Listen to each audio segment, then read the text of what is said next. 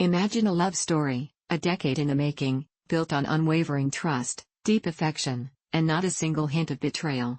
A partnership so solid, so secure, you'd think nothing could shake its foundation. But what if, beneath that seemingly unshakable surface, a silent, insidious enemy lurked, threatening to unravel it all? Not infidelity, not deception, but something far more personal, far more agonizing, the cruel torment of insecurity, even when every fiber of your being tells you it's irrational.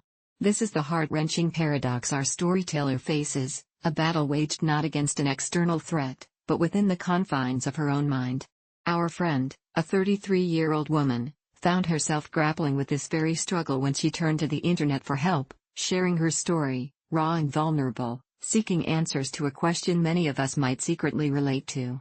Before we dive deeper into her deeply personal struggle, a quick moment. If you're captivated by these real-life narratives and appreciate the honesty shared, please take a moment right now to like this video, subscribe to the channel for more Reddit stories, and drop a comment below with your thoughts.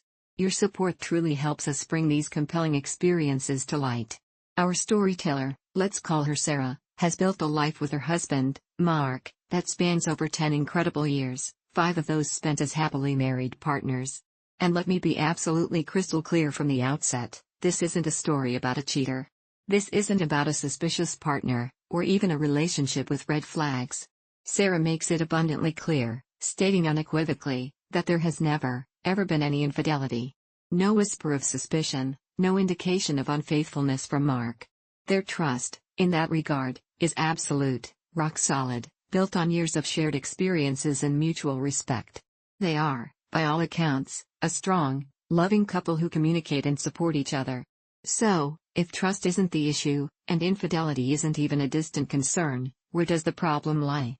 It's in the unseen, the unspoken, the quiet, persistent what if that whispers in Sarah's ear.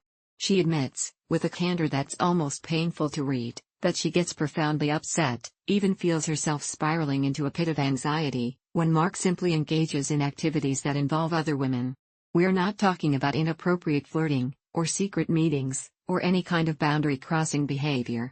We're talking about the mere presence of other females in his vicinity, participating in the same activity. The thought of another woman even attempting anything with him, she says, makes her crazy. And here's where the story takes a truly fascinating, almost unbelievable twist, one that perhaps contributes significantly to Sarah's internal struggle. Mark, bless his heart, doesn't see himself as a catch. He still, incredibly, thinks he looks exactly the same as he did in high school, a period he describes as being overweight and plagued with quite a few face zits. He genuinely believes, in his own words, that no one takes a second look at him, and that no other woman wants this. Can you even begin to imagine that level of charming, yet utterly baffling, obliviousness? Because the truth, according to Sarah, is a completely different picture. Mark has aged, as she so beautifully puts it, like a fine wine. He's transformed. He's lost significant weight, painstakingly built a lot of muscle, and now has a clear, attractive face. Sarah herself finds him incredibly handsome, almost unbelievably so, and she's convinced that her perception of his undeniable attractiveness, coupled with his complete lack of awareness, is actually fueling, not helping, her insecurities. It's a cruel irony, isn't it? The very qualities she loves about him externally are inadvertently stoking an internal fire of fear within her. He's also, apparently, completely oblivious when other women are actively flirting with him. Imagine the scene, a woman clearly making advances, perhaps a lingering glance, a suggestive comment, a subtle touch, and Mark, in his charming naivete, just sails right past it, genuinely convinced he's invisible to anyone but his wife. He's not playing games, he's not pretending not to notice, he simply doesn't notice. To him, he's still the insecure high school kid, and it's a perception that makes his wife's heart race with an emotion she can't control. What makes this situation even more complex, and perhaps more relatable to many, is that Sarah herself isn't lacking in confidence. She describes herself as not bad-looking, confident, and meticulously keeps herself toned. This isn't a story of someone feeling inadequate compared to their partner. She stands firmly in her own attractiveness and self-worth. She knows Mark won't stray. She repeats it, a mantra against the rising tide of fear. She knows his character, she knows his loyalty, she knows his love. Yet, despite all this rational assurance, These overwhelming feelings of insecurity hit her like a physical blow, a sudden, crushing wave of anxiety that she struggles to ride out. It's not about him, she reiterates. It's the thought of another woman even attempting anything with her attractive, yet oblivious, husband that makes her feel truly, maddeningly crazy. He constantly reassures her, telling her he would never do anything to hurt her, and that he truly doesn't see himself as desirable to others. And she believes him.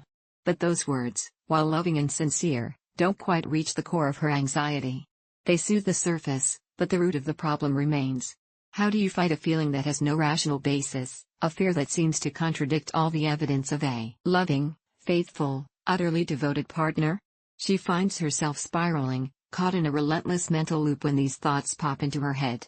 Picture it, she's going about her day, perhaps he mentions a work event, or a casual get-together with friends that includes female colleagues, and suddenly, the calm shatters. Her mind latches onto the idea, conjuring scenarios, dissecting imaginary interactions, even though she knows it's all in her head. It's an exhausting, self-defeating cycle, and she just can't figure out why it happens. It's a classic, agonizing case of the subconscious mind working against the conscious, a battle where logic often loses to raw, primal emotion. Perhaps it's a deep-seated fear of loss, or a societal pressure that women subtly absorb about protecting their relationships. Maybe it's the sheer unfairness of feeling this way when everything should be fine. Whatever the root, it's a real and debilitating struggle for her, one that she wants desperately to overcome. She's tired of feeling this way, tired of the mental anguish, and clearly recognizes that this is her battle to fight, not his. So, with immense courage and vulnerability, she came to the internet, hoping to find some wisdom, some practical strategies, some kind of blueprint to pull herself out of this painful, solitary cycle. She's willing to share more details, willing to put in the hard work, because she deeply loves her husband, cherishes their relationship, and wants to overcome this for both their happiness, and for her own precious peace of mind. Her plea is earnest, heartfelt, and resonates with anyone who has ever felt their own emotions betraying their logic. Any advice on how to stop myself from spiraling when these thoughts pop in my head are greatly appreciated, and I'm willing to give any additional info. I really appreciate anything to help me. This story truly highlights a silent struggle many people face in long-term relationships. It's not about a lack of trust in your partner, it's about navigating the complex, often messy, landscape of perceived threats, even when those threats are entirely fabricated by our own minds. It's a testament to the powerful, sometimes overwhelming, influence of our internal narratives, and how they can sometimes override even the strongest external realities and the most loving reassurances. It's a journey into understanding the self, beyond the confines of the relationship itself. What do you make of Sarah's predicament?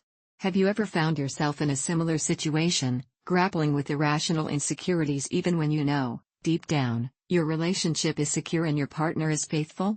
How do you deal with those sneaky, unwelcome thoughts that try to steal your peace and stir up doubt where there should be none? We all have our battles, and this is clearly one that resonates deeply with many. Share your advice, your personal experiences, your kind words, and your constructive strategies for Sarah in the comments below. Let's create a supportive space where we can help each other navigate these complex emotional terrains, offering empathy and practical wisdom. And as always, if you found this story thought-provoking and engaging, don't forget to like this video and subscribe to the channel for more real stories that challenge us to think, feel, and grow. Thank you for listening, and for being a part of this community.